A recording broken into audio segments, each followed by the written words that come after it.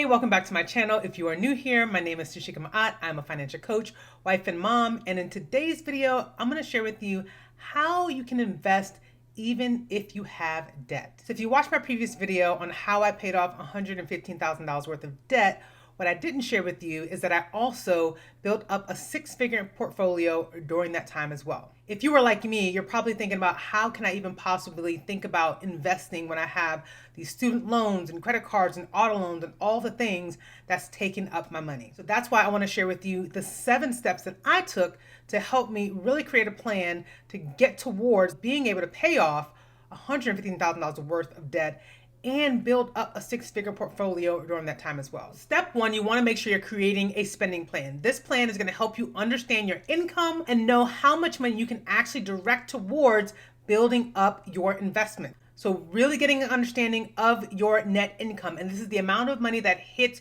your bank account. Because once you can truly understand what is coming in, you can then create a plan for how you want to direct that money. And one of the things that I always say is to make sure that as you are creating that plan, you are setting aside the opportunity to pay yourself first.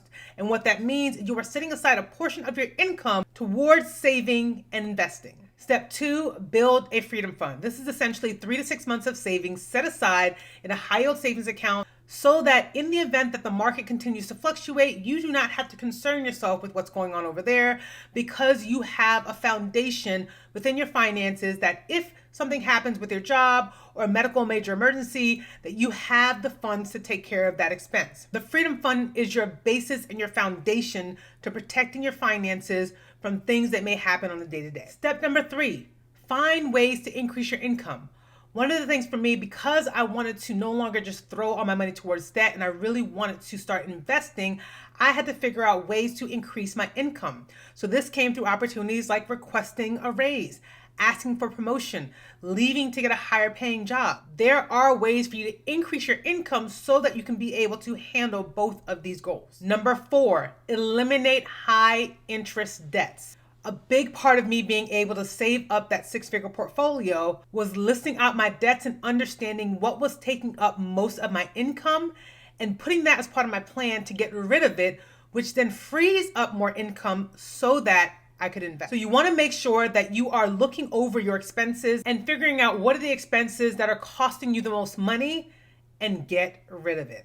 Step number 5, this is an important one. Assess the cost of the interest on your debts versus the return you can expect to get from investing within the stock market. This is important because it can help you understand where would you get the most benefit, paying off all of your debts first before investing, or is it more beneficial for you to try to figure out a way to invest versus paying off all your debts?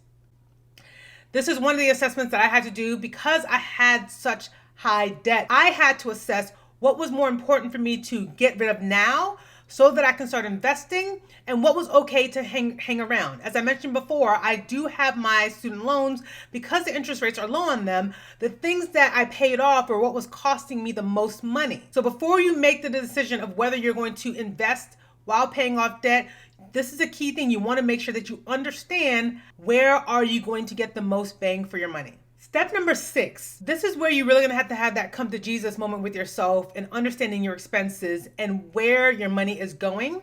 You want to be able to reduce those unnecessary expenses. Look at the areas of your expenses and determine what are some of these expenses, like subscriptions that you may no longer be using, things that you've been paying for but you don't really value them. You want to get an understanding of what those expenses are and cut the bleeding so that it can free up more money for you to be able to invest. And number 7, start small and increase your contributions as you pay down debt. This was one of the most important things for me because when I started investing, I could not free up a lot of my income because so much of my money was going towards debt. And a good part of that was getting rid of the debt that was costing me the most money, aka my car payment. Once I was able to get rid of that, that freed up income that allowed me to be able to put towards investing, thus increasing the amount that I was putting towards my 401k account and allowing me to get the full employer match. The combination of those things really helped over time as I built up my portfolio by putting a little by little to start. And here's the thing, you do not need a lot of money to invest. Most platforms you can invest with as little as $5 purchasing fractional shares. This allows you to get in on the action, and as you free up your income from debt, then you are able to put more and more over time towards investing. Because here's the thing, the most important thing with investing is time. Time to allow compounding interest to take hold and build up. And so in my situation, yes, I could have paid off all of my debts and then started investing, but I was 35 when I started investing. So me delaying investing was going to cost me more money because I would have to put more into my retirement fund the later it gets and the closer I get to retirement. So you want to make sure you do an assessment for yourself and understanding what is your overall financial picture right now and how can you make it work with the situation that you have, with how much debt you have, and how much you can actually put towards investing. If you need a money plan to figure out how you can invest while paying off debt, I invite you to book a call with me. Link is in the description. This is how I've helped myself and my clients be able to build up their portfolios while they're knocking out the debts and freeing up their income. If you found this video helpful, drop in the comments and let me know what tip will you take away. Thanks for watching.